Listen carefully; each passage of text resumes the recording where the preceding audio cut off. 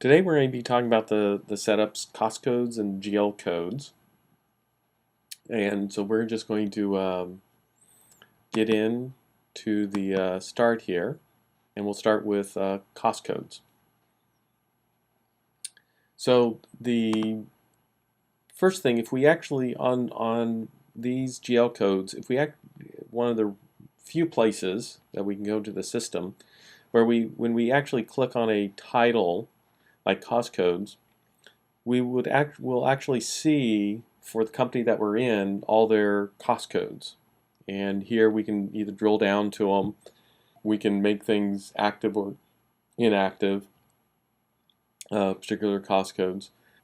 But we generally won't want to actually work with cost codes in here. This is a quick review or a quick look. If you're someplace else, you don't have to drill down further. You just click on cost codes and whether the navigation is up.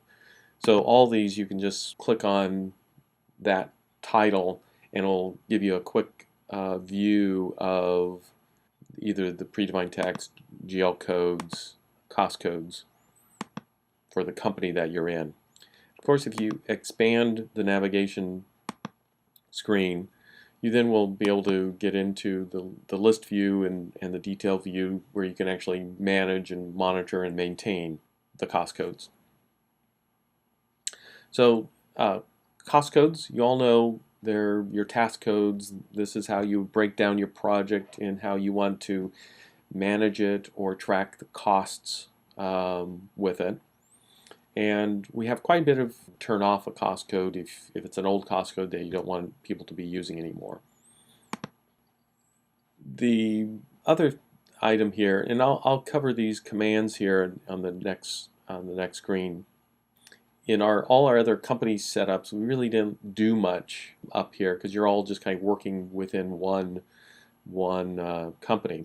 But here in cost codes are a group of records that can be related to multiple companies. So we actually do things with cost codes and GL codes. This other field here is capitalized, and this is more of a reference tool than actually does things in the program.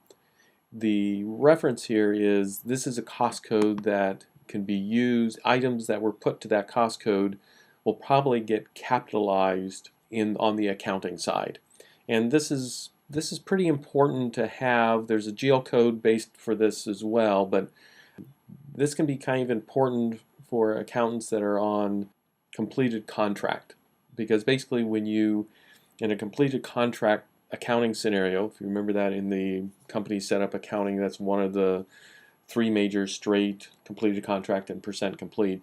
In the completed contract area, all your expenses are actually capital. Those are assets. So when you build something and you put, concrete in the ground or wood on top of the foundation, you're actually putting an asset in place, and that's capitalizing.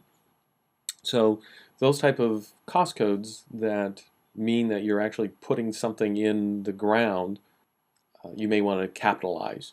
And this is a way for your accounting department to be able to search on, okay, did we, what cost codes did we use this period, and did those GL codes, did those items get put to the correct GL code?